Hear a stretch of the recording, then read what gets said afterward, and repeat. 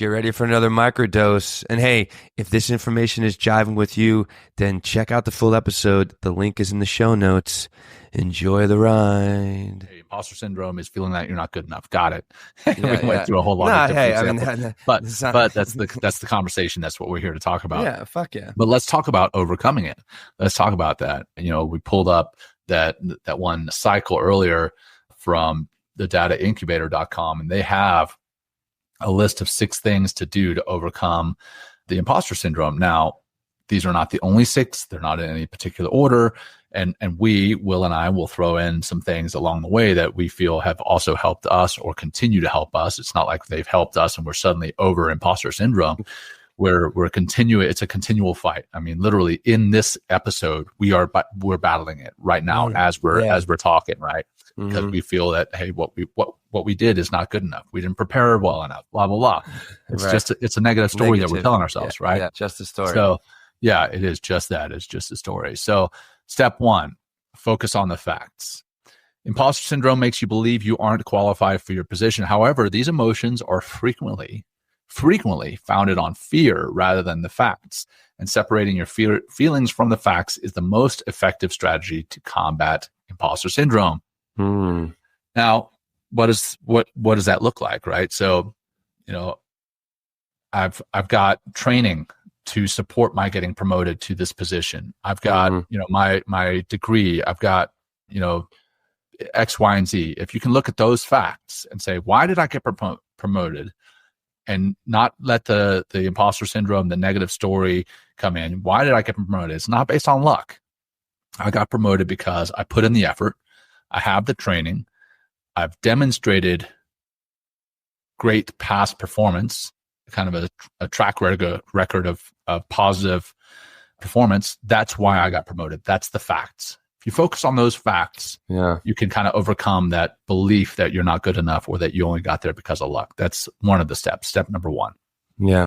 I have, that brings up, we have, I think it's September 13th, where I'm doing an event with my steady mind and talking about like stillness, and I'm getting really nervous and again, that imposter syndrome is waking up. It's like, oh my God, am I in over my head and this and that? And, but then, just to qualify this, focus on the facts, it's like, well, I've been meditating since 2007. I've done, multiple Vipassanas now. I've gained a lot of wisdom and insight by putting all this time in, like, thousands and thousands of hours of meditation and especially in, the stillness, method, or that's part of the Vipassana technique. So it's like, yeah, I can do this. I just need to take the time and prepare. I think that's one thing that helps me overcome this imposter syndrome is sitting down and doing the work, and putting in the good work. And so I'll do the next one. So number 2, acknowledge, validate, and let go. We've talked about focusing on the facts, but that doesn't mean your feelings aren't valid. Combating imposter syndrome isn't about ignoring your emotions. Rather, that while feelings aren't important, they are just feelings and don't necessarily reflect reality. Feeling unqualified doesn't mean you actually are. The best method to combat this feeling is to acknowledge it, to acknowledge that you're feeling inadequate and validate it that it's okay, and then let go of those feelings. And we talked a little earlier, I think this is what meditation is going to help you do. This is why, if you don't have time or haven't created the time in order to self-reflect, whether that's meditation, whether it's journaling, whether it's, or even just, we're talking to a mentor could be very helpful here, or a coach or something like that about these feelings of inadequacy.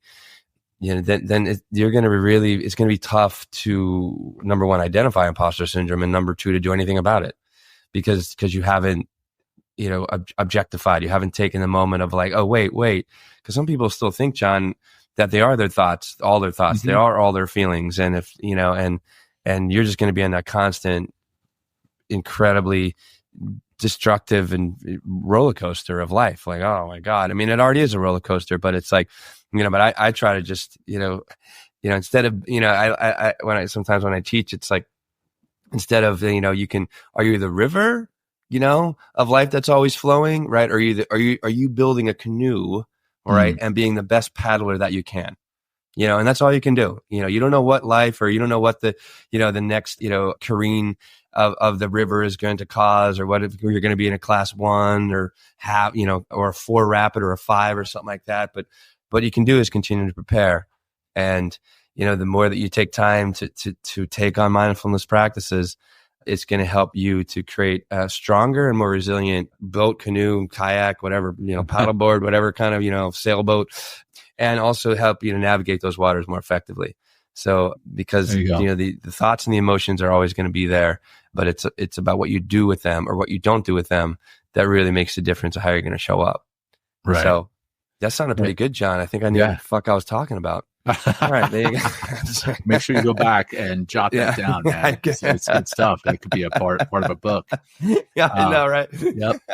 That book that we have yet to. Yeah. Why have we not written that book? Because in the back of our minds, we don't feel that we deserve to have written the book. That's a good. That's a really good point, John. No, I'm with you. I know it for a fact. Every time I sit down to write a book, I'm like, who am I to write a book? But God, totally. I'm good enough. I'm smart enough, and doggone it, people like me.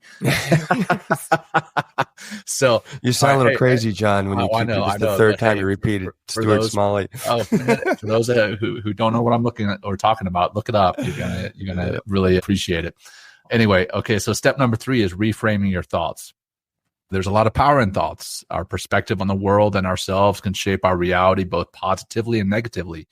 Remember, imposter syndrome is the internalized feeling that you are not good enough. And if you reshape the way you think about yourself and set realistic goals, you'll begin to see yourself as deserving of your place. So coming back to those positions where you get promoted, you're like, oh man, I knew what I was doing in my last role, but now I've gotten promoted. I don't know what I'm doing. No, you know what? A lot of the time people don't expect you to know right off the bat, hey, day one that you take that position, what it is you're doing. You're going to learn. They're going to, most of the time, give you grace, give you a learning period, to overcome that learning curve. Give yourself some great grace, reframe your thoughts, and then realize that you do deserve to be there again, based on a past record of positive performance. Then yeah, you're going to reframe your thoughts. As you reframe your thoughts for this position, you're going to continue to reframe your thoughts throughout your life. And you're going to start to see that you do, in fact, deserve the success that you've attained. So start to reframe your thoughts. Yeah, definitely. And that's a practice as well, right? Yes, it is. I mean, you have to get in touch with your thoughts too. So here, another one, share how you're feeling. This is easier said than done because imposter syndrome can feel very isolating.